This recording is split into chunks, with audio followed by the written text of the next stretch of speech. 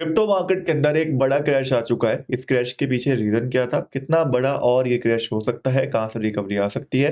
क्या हमें एग्ज़िट लेना चाहिए? कहाँ पे एंट्री लेना शुरू करना चाहिए? सारी इन्फॉर्मेशन आपको आज की इस वीडियो के अंदर मिलेगी। बहुत ही ज़्यादा इंपॉर्टेंट वीडियो है, स्पेशली उन लोगों के लिए जो नए हैं, जो इस मार्केट को नहीं समझते हैं।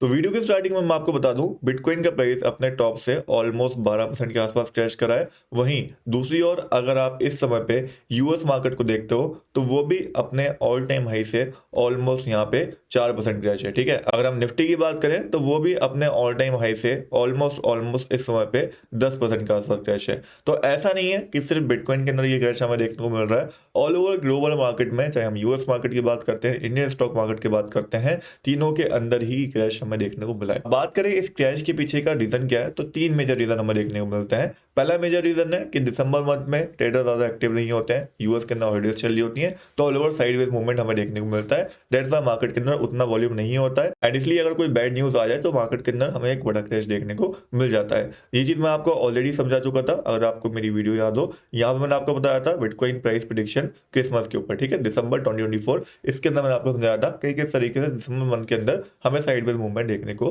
मिलता है, बिटकॉइन का भी और यूएस मार्केट का भी। नाउ पहला रीजन तो आपको समझ में आ गया। दूसरा और मेजर रीजन जो था इस क्रैश के पीछे, वो था यहाँ पे जब यूएस के अंदर एफओएमसी मीटिंग हुई। एफओएमसी मीटिंग के अंदर डाटा तो पॉजिटिव निकल के आया, जितना एक्सपेक्टेशन था उतना ही आया। बट उसके जस्ट बाद जब पॉवेल की स्पीच होती है, वहां पे वो दो स्टेटमेंट देते हैं। पहली स्टेटमेंट के अंदर वो बोलते हैं कि अब जो हो रहा है, इन्फ्लेशन अंडर कंट्रोल आना स्टार्ट हो चुका है, तो रेट कट जो ये कर रहे हैं ये यहाँ पे स्लो डाउन करेंगे, जो कि कहीं ना कहीं थोड़ा नेगेटिव इंपैक्ट डालता है मार्केट के ऊपर, इन्वेस्टर्स के ऊपर शॉर्ट टर्म में। दैट्स व्हाई मार्केट के अंदर लोग पैनिक हो गए।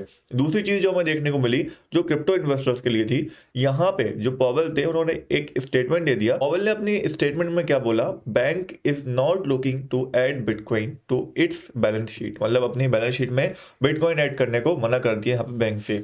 एंड यहाँ पे साफ साफ उन्होंने बोल दिया we are not allowed to own bitcoin, जो कि एक स्टेटमेंट फेमस हो गई, and that's why market fall करना स्टार्ट कर गई। बाकी कुछ उसके बाद ऐसी न्यूज भी हमें देखने को मिली कि बिटकॉइन की सप्लाई बढ़ाई जा सकती है, ऐसे रिमोट्स आना स्टार्ट हो गए ट्विटर के ऊपर, जो कहीं ना कहीं पैनिक मोड स्टार्ट कर दिया इन्वेस्टर्स के अंदर। एंड मार्केट के अंदर ही ऑल ओवर एक प्लान क्रैश, हम जो बोलते हैं कि मार्केट जब लगातार पंप कर रही हो तो उसको क्रैश लाने के लिए इस टाइप की न्यूज बनाई जाती है, वो हमें देखने को मिला। फिलहाल के लिए एक न्यूज और हमें देखने को मिल गई है कि एमटी गॉक्स एक्सचेंज जो था, उन्होंने 100 मिलियन वॉर्थ ऑफ बिटकॉइन को यहाँ पे मूव करा है, जो कि अगेन एक पैनिक सिचुएशन यहाँ पे क्रिएट करती है मार्केट के अंदर। एंड उस वजह से मार्केट पूरी तरीके से यहाँ पे क्रैश हुई हुई है, मार्केट के अंदर रिकवरी हमें सडनली देखने को नहीं मिली है। तो ऑल ओवर ये कुछ रीजंस है जिस वजह से मार्केट पूरी पैनिक हो रखी है, एंड मार्केट के अंदर क्रैश हो रखा है। एंड मार्केट को यहाँ से रिकवर करने के लिए एक सॉलिड पॉजिटिव न्यूज चाहिए होगी, जो कि यूएस की साइड से आए, उसके बाद ही मार्केट यहाँ से रिकवरी करती हुई हमें दिखेगी। तो फंडामेंटल रीजन तो आपको समझ में आ गए होंगे। बाकी अगर हम टेक्निकली चार्ट देखते हैं बिटकॉइन का, तो रिट्रेसमेंट तो आना था। देखो ये चीज मैं आपको पहले ही बता रहा था कि मार्केट सीधे सीधे कभी मूव नहीं करती है, मार्केट के अंदर हमेशा रिट्रेसमेंट देखने को मिलता है, एंड वही रिट्रेसमेंट हमें इस समय पे बिटकॉइन के अंदर देखने को मिल रहा है। बट ऑल्ट कॉइन्स बुरे तरीके से इसलिए फॉल करे, और देखो बिटकॉइन तो 8-10% ही फॉल करा है। ऑल ओवर देखा जाए तो बिटकॉइन के अंदर ज्यादा क्रैश नहीं आया, बट ऑल्ट कॉइन्स बहुत बुरे तरीके से 20-25%, 40%, 50% तक पंप कर रहे हैं। लोगों के पोर्टफोलियो आधे हो चुके हैं। एंड इसके पीछे रीजन क्या है कि बिटकॉइन डोमिनेंस तो क्रैश कर रहा है, वो तो कर ही रहा है, ठीक है, बट बिटकॉइन डोमिनेंस पंप करता हुआ दिख रहा है। एंड ये चाल जो थी उल्टी पूरे तरीके से बढ़ गई, क्योंकि बिटकॉइन डोमिनेंस पंप करता है और बिटकॉइन क्रैश करता है, तो ऑल्ट कॉइन्स के भाई लग जाते हैं, और ऑल्ट कॉइन्स के लगे हुए हैं इस समय पे।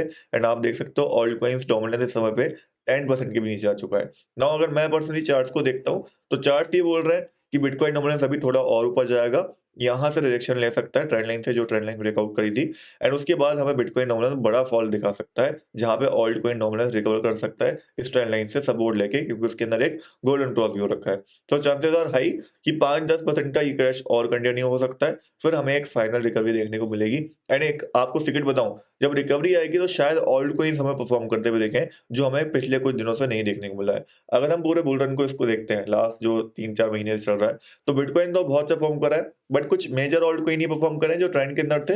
ऐसा नहीं हुआ है कि ऑल ओवर जो टॉप 10 के अंदर दिख रहे हैं, टॉप 100 के अंदर दिख रहे हैं, सारे के सारे एक साथ परफॉर्म कर रहे हो। चीज पार्टिकुलरली अभी तक नहीं हुई है, जो 2021 वाले बुल रन के अंदर हुई थी। एंड मेरे हिसाब से वो किस तरीके से होगी आप एक बार समझो। यहाँ पे 2021 के अंदर आप देख सकते हो बिटकॉइन टॉप अपना लगाता है, बिटकॉइन लगातार पंप करता है, ऑलमोस्ट $64,000 तक जाता है, ठीक है?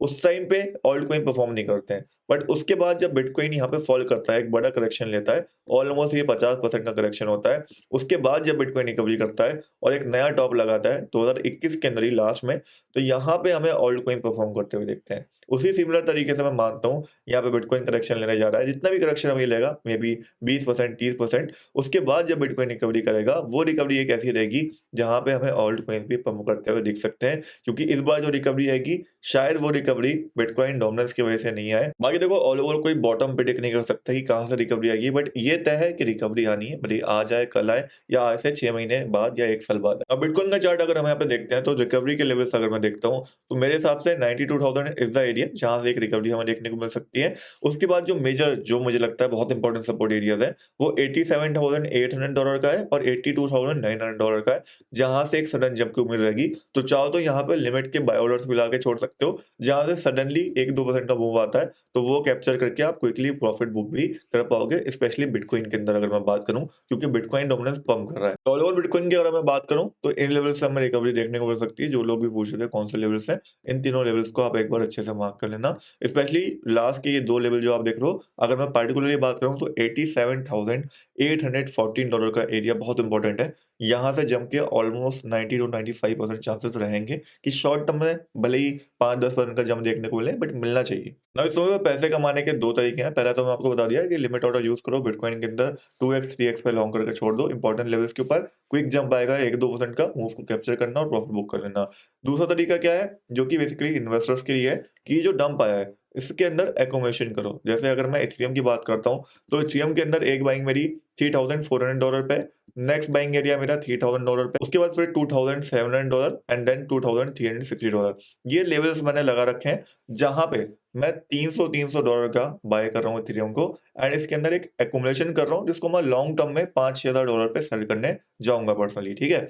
अगर मैं बात करूँ एक्सआरपी की, एक्सआरपी मेरे हिसाब से अभी भी ओवर वैल्यू है। आपको सोचो, ये ₹10 का पेन है, ठीक है? इसको अगर आप ₹15 पे खरीदोगे, तो जब दोबारा ये ₹10 गिर के आएगा, तो आपको तो लगेगा क्रैश कर गया, बट एक्चुअल में ये अपनी असली वैल्यू पे है। तो असली वैल्यू पे किसी भी चीज़ को अगर आप खरीदोगे, तो आपको पैसे मिलने के चांसेस ज़्यादा रहते हैं।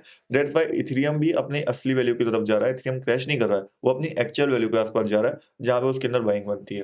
फिर एक्सआरपी हमारे पास है, जो कि अगर 1.5391 इस लेवल तक आता है, तो मैं पर्सनली बाइंग करने जाऊँगा, उससे पहले बाइंग करना रिस्की है। फिर सुई कॉइन है, जिसके लिए इन 2 लेवल्स को मार्क कर सकते हो, यहाँ से जंप के चांसेस रहेंगे, यहाँ पे लिमिट ऑर्डर लगा के छोड़ा जा सकता है। नियर प्रोटोकॉल के अंदर ऑलरेडी मैं यहाँ पे बाइंग कर चुका हूँ। अगला बाइंग लेवल जो है मेरा नियर प्रोटोकॉल के अंदर, वो $3.646 के आस-पास है, जहाँ से एक रिकवरी की उम्मीद रहेगी। फिर आईएनजे कॉइन है, जो अच्छे सपोर्ट के आस-पास अपने हैं, यहाँ पे स्पॉट बाइंग बना सकते हैं $20 पे। अगला एरिया $16.39 का रहेगा।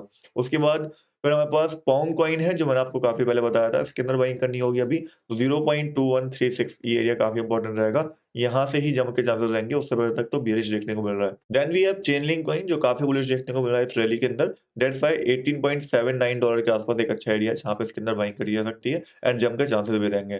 Then we have Litecoin, जो कि $80 के आस-पास अब बाय करा जा सकता है। बाकी एक बाइंग मैंने इसकी $100 पे कर ली है, नेक्स्ट बाइंग $80 के आस-पास करूँगा, फिर उसके अगली बाइंग $65 के आस-पास। Then we have Gala coin, जो कि मैंने आपको बताया था कि रैली करता है तो बहुत अच्छी करता है, जब फॉल करने पे आता है तो इससे बुरा कोई फॉल नहीं करता, एंड वही चीज़ हमें होती हुई दिख रही है। अभी ये फॉल कर रहा है एंड इससे बुरा कोई शायद ही फॉल कर रहा हो। Now then we have Aptos coin, जो कि अपने अच्छे सपोर्ट के ऊपर है। यहाँ पे अगर कोई ग्रीन बुलिश कैंडल लेता है तो बाइंग का सोच सकते हैं, अदरवाइज़ बाइंग करना रिस्की रहेगा। Then we have TRX coin, जिसका सपोर्ट एरिया आप यहाँ पे मार्क कर सकते हो, $0.2148 का है, जहाँ से अच्छे जंप के चांसेस रहेंगे। तो अभी के लिए ऑल ओवर ये कुछ कॉइन्स है जो कि इंपॉर्टेंट है। बाकी देखो, तो घबराने की ज़रूरत नहीं है, ठीक है? हर बार मार्केट के अंदर क्रैश आया है, हर बार मार्केट के अंदर रिकवरी आई है। ऐसा नहीं है कि मैं आज आपके सामने खड़े होके वीडियो बना रहा हूँ। वीडियो बनाते ही मुझे 4-5 साल हो गए, एंड ये चीज़ मैंने बार-बार देखी है।